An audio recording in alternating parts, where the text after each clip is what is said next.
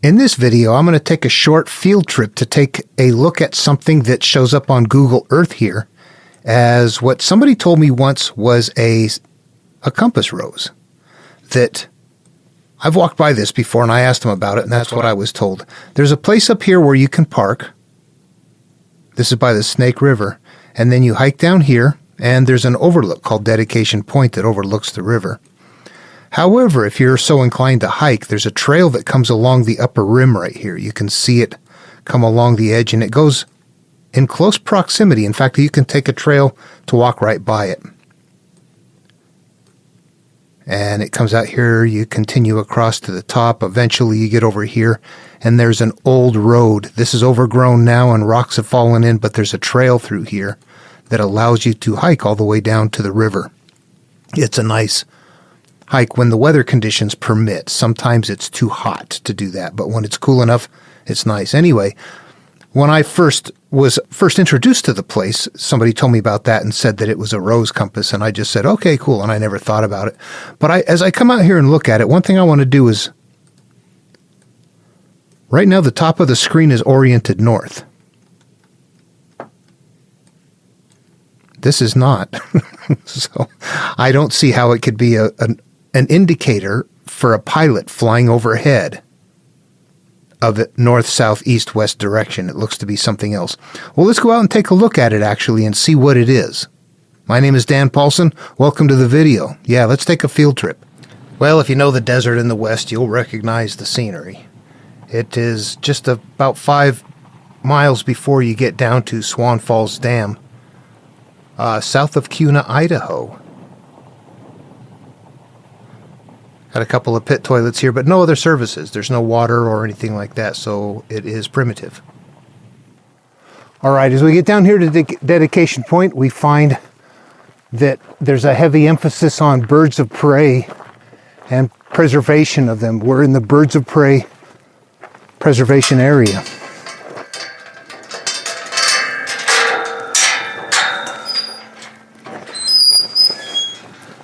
All right, so Dedication Point is right down there. You can hike down the trail, but we're actually going to be cutting off and heading out there. The circle with the cross in the middle of it is out there in the desert just a short ways. So let's go ahead and head on out there. All right, so we'll walk down the nice trail a little ways here. And this is actually a very easy hike for anybody. This is supposed to be a wheelchair access, but boy, I'd use your own judgment on that. If it's a hospital wheelchair, no way. It would have to be one of those tactical ones with the nice outdoor wheels and things like that. But you could with something like that. There's no steps or anything like that. And honestly, it loops all the way around inside of here. You can see part of it right over there. It actually comes around and makes a small loop. It's a very small loop, so informational placards, that's not the trail. You see benches along the way. They're actually not that maintained. They were all nice at one point in time, and now the coating is cracking off due to the ultraviolet radiation dissolving it, eating it away, and making it crunchy and things. So, but people come out here with with canes and things like that, and just take your time. It's an easy enough trail to get outdoors, so it's still nice. All right, we're going to leave this trail and pick up the trail that gets us out to the compass rose. I don't know why I call it that, just because it kind of looks that way. Tumbleweeds.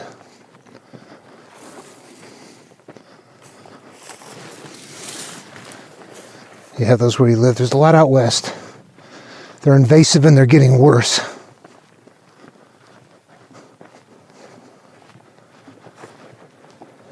All right, so as we get into here,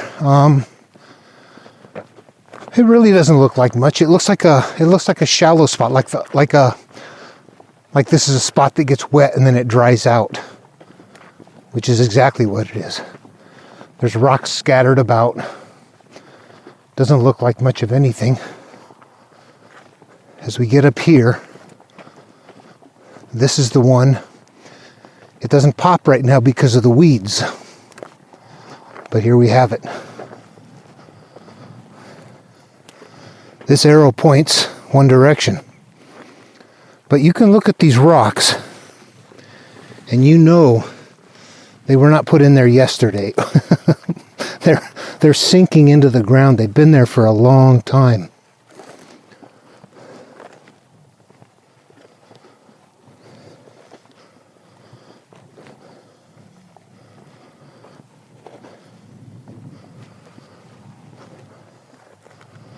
All right, and again, the first time I saw it, I was with somebody that said, "Oh yeah, it's a north, south, east, west rose compass somebody made," and they even ventured so far as to say that his pilots came flying. The desert is vast out there, nothing there. They're coming into the Treasure Valley, Boise, and other agricultural centers and things like that. That they're kind of just giving people, kind of a direction there. And of course, it makes sense. Who knows? I don't know. I didn't think anything of it. I didn't argue with them. I just actually accepted it and said, "Oh, a good idea." I see. All right.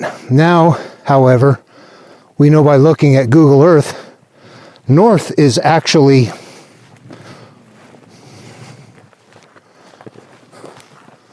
this direction. So this is off.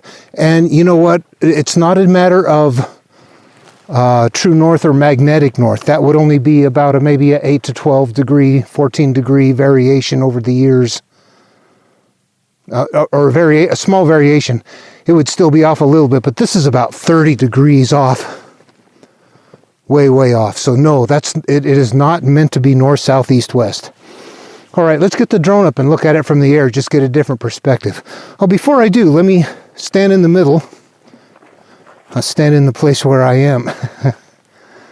All right, that's where we started from. I don't know if you can see the tops of the buildings there. But as you pan around here, you can see where there's sagebrush here, but up there, there's none. There was a fire a few years back that burned through it, burned out all the sage. Where it was protected, you can see that it didn't all burn, but much of it did. There's a butte. We're now facing generally south out into the WWII desert down that direction. All right, let's get the drone up and take a look. Home point updated.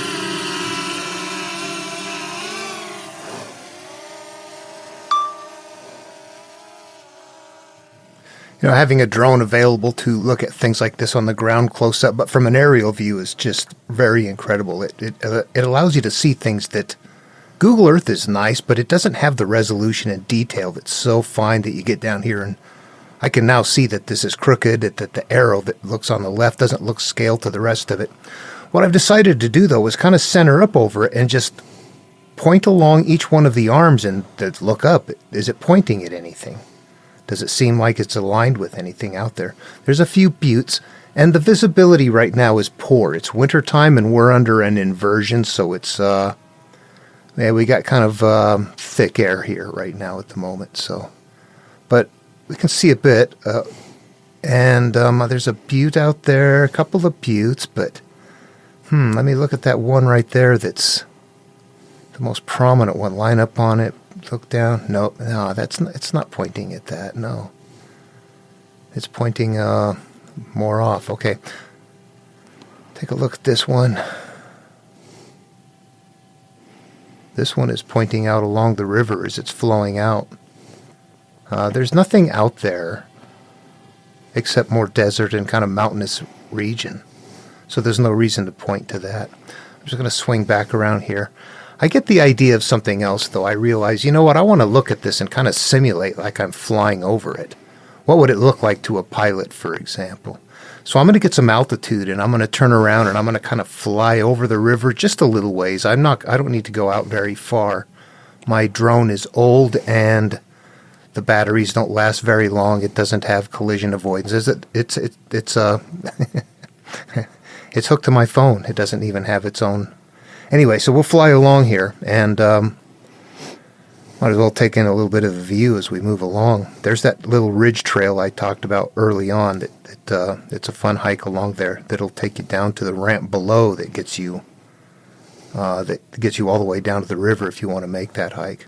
In fact, as we start coming over the edge here, you can see that there's a couple of basalt layers of cliff band there, and down below at the lowest one you can see that single track trail coming into play.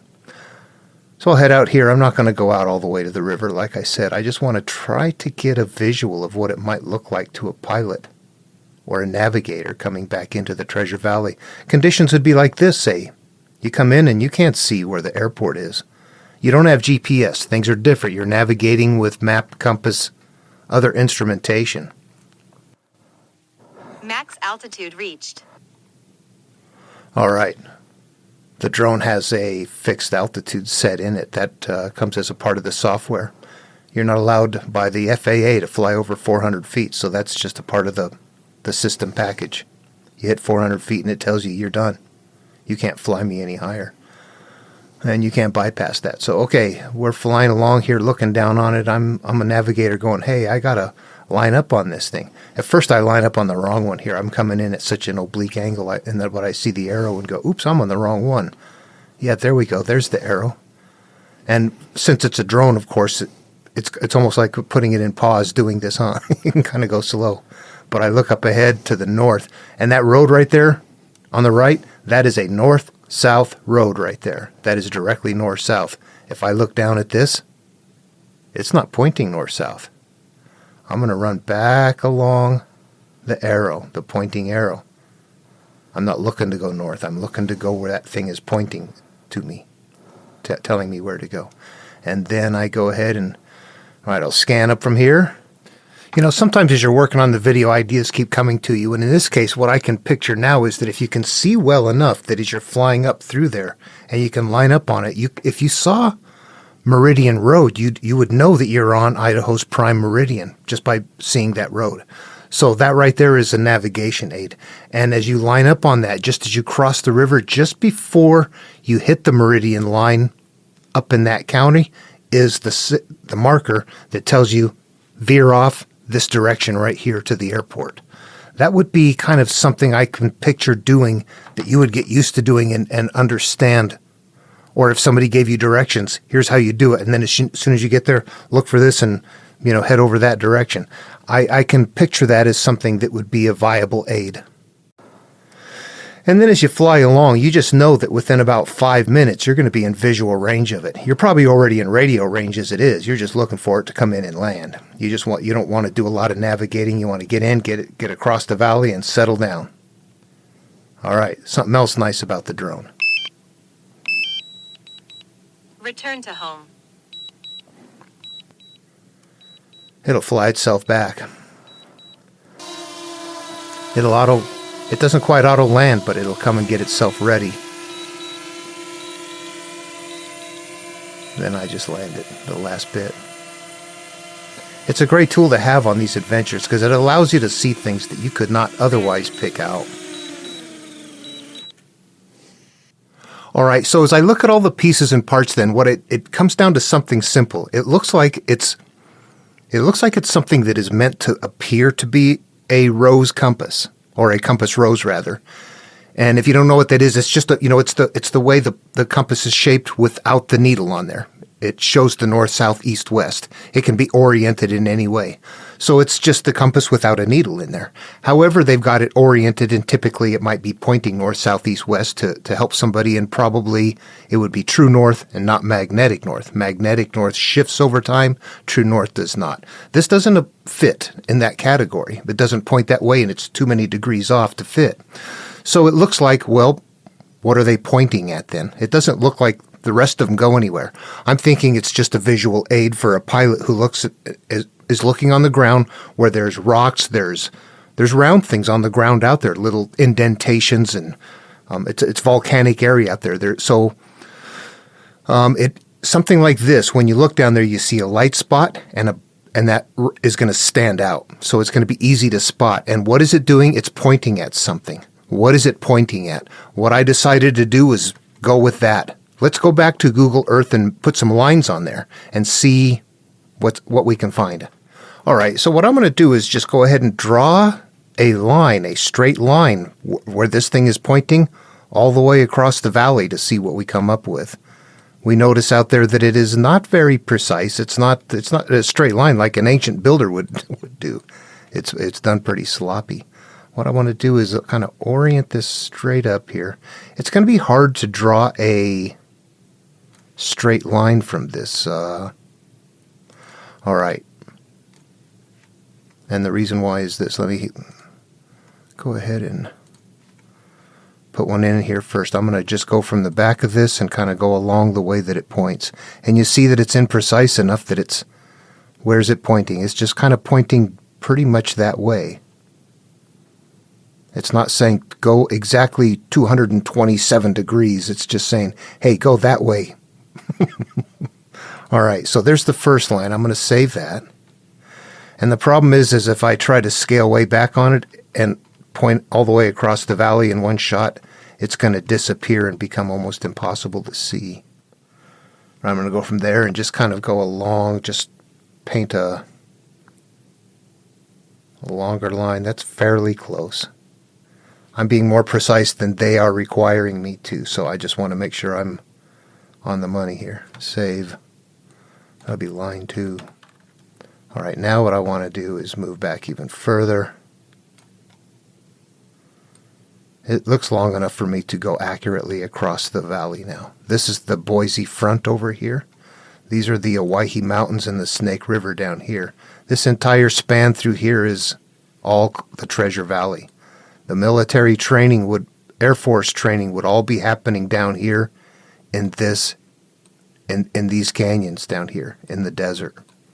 And then they would fly back and cross the river at a specific point. You see how the river flows and it gets this shape right here. So they probably knew to follow that shape. It was all before the days of GPS, obviously. All right, so let's do another one here and see what we have.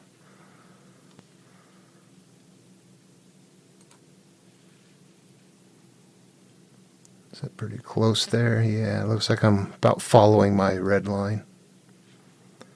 Save that one. All right, let's go up here and see what it's pointing to.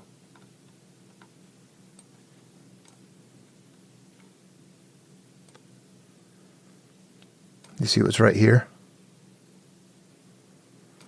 This is the airport. This is the Boise airport. And right here is military, a military runway. And we're about 50 miles away here from Mountain Home Air Force Base. And military aircraft frequently come in and land out of here. So you see that it's close. I believe that that's what that... Yeah, I believe that that's what that is pointing to.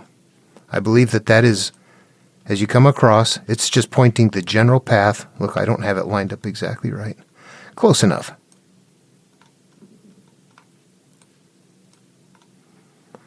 Yeah, I think it's pointing the way to the airport. Actually, if I had that other one lined up, it would be a little bit worse. But it's, yeah, no, I think it's pointing the general. There's the airport right there. I think that's what it's doing. Well, all right.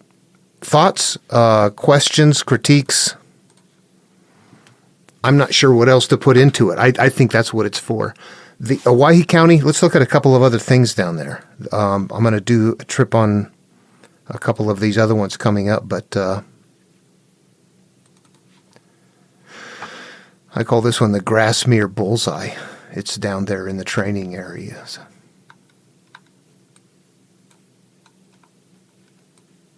Look at that. The size of this is 0.2 of a mile. Almost a quarter mile across, just shy of that. And look at it, yeah. And it is oriented north, south, east, west. I am currently facing north right here. Looks like there's a road that comes out fairly close to it. That's not going to be a very good road. But they were using this for target practice on bombers. If we look nearby, let me scan back a little bit. Here we go. Look at this out here in the desert. What is that? That's only one of a number of military facilities that are part of EW training, electronic warfare. These are targets that are never hit with actual munitions, but are targeted electronically from military aircraft doing training. And sensors, somehow the way it works between the buildings in the aircraft and other things in the area. I mean, not just the aircraft themselves. I don't know the whole system. At any rate, what it does is it allows the pilots to go out there and train and attain flight skills that provide them accuracy for all of their dropping of munitions and firing of munitions without actually dropping and firing munitions, which would get very expensive and very catastrophic to the land. So these electronic ones are still used out there. So the place, what I want to say, the point I'm getting at here is that for a long time now, from World War II, this place has had a presence as far as a training place. And a lot of pilots coming here for training would be from elsewhere in the country. They don't know their way around. So, a little cheat symbol like that flying back home. Okay, follow that. The airport's that way. Long mission coming in, put a little cheat code on the ground. All right, so there's a little bit more to this story, and I need to wrap this up, though. That road that's north-south that I was looking at and referencing it, where just this thing is just right off of a little bit. That road right there is called Meridian Road. And what it is it's a road that's lined up north-south on something called Initial Point. Every state has an initial point. That's a place where when it was first surveyed for the township and range surveys, I don't know what it was. It was a long time ago, previous to the North American datum of 1927. I had old stuff. At any rate, every state has an initial point where all of the measurements come from. And that north-south line and all that's right there. So that would be somehow in the training, I don't know if that would be a part of it. You're flying up on the meridian line and you're looking down and you're seeing this. And when you see it, spot it, go over that way, boom, you head over there and you'll run into the airport in 5 minutes. You'll see it somewhere. Keep looking left and right, scanning, and you'll see it. It's pointing. It's more like a finger pointing. Just go that way. You'll see it. You have to keep scanning as you go.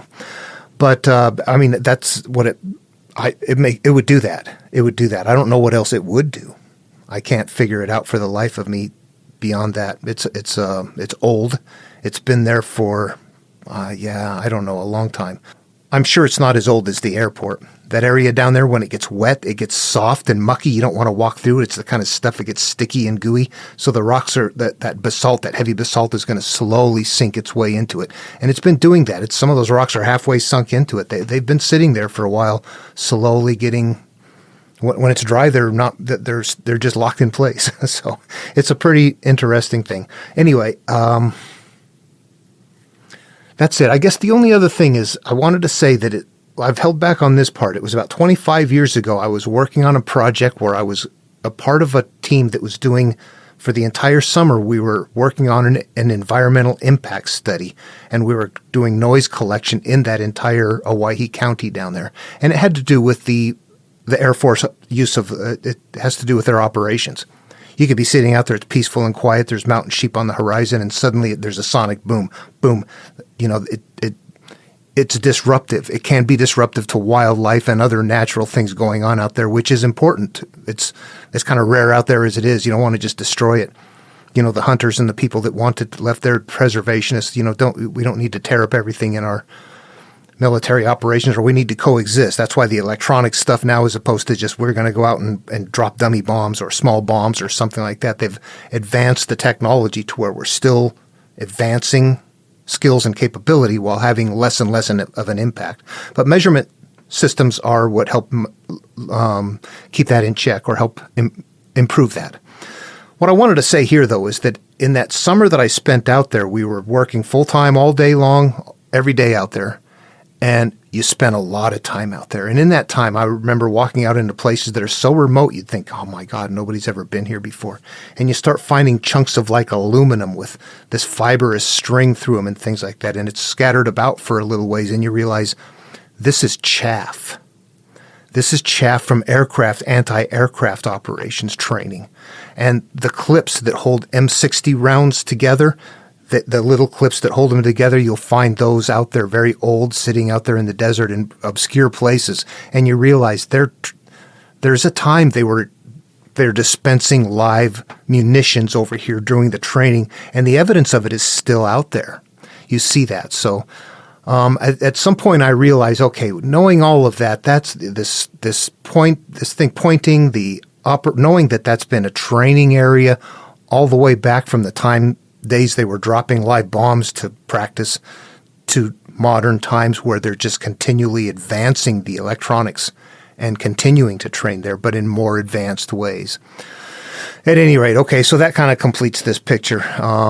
Hopefully. Questions, comments, like I said before, or yeah, glad to hear from you. Take care. See you in the next video.